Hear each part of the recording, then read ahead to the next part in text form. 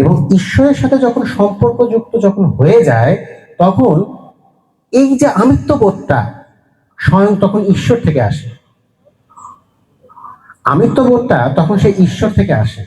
ঠিক যেই রকম আপনার বিশ্বরূপ দর্শনের যে আমিত্ববোধটা আপনি যে বলছেন, আমির যে কথাটা বলছেন, সেটা কিন্তু স্বয়ং ঈশ্বরের অথবা পরমাত্মারই কিন্তু আমি, সেটা কিন্তু ভগবান শ্রীকৃষ্ণের আমি না। কিন্তু এই যে কথাটা বললাম, এই কথাটার কারণটা কি আপনি এখন এটাকে এমনি এমনি বিশ্বাস করবেন যে এখানে এসে বলে গেলাম? না, আপনি মহাভারতের যখন কুরুক্ষেত্রের যুদ্ধটা যখন শেষ হলো, তখন অর্জুন কিন্তু শ্রীকৃষ্ণকে পুনরায় সেই বিশ্বরূপ দর্শনের কথা কিন্তু বলেছিল।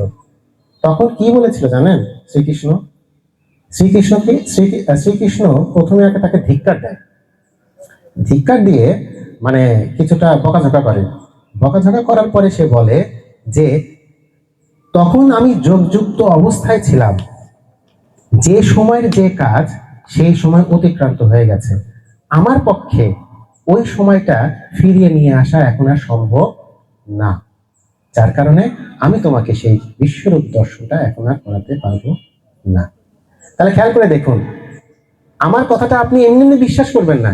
আমি আপনাকে রেফারেন্স দিলাম, এখন আপনি যদি এর থেকেও বেশি যদি রেফারেন্স চান তাহলে বলবেন, আমি দাদাকে সেই যে মহাভারতের যে কথাটা বললাম এটা আমি দাদাকে দিয়ে দিব, আপনি দাদার কাছ থেকে দেখে নেবেন, সমস্যা। হ্যাঁ দাদা বলুন।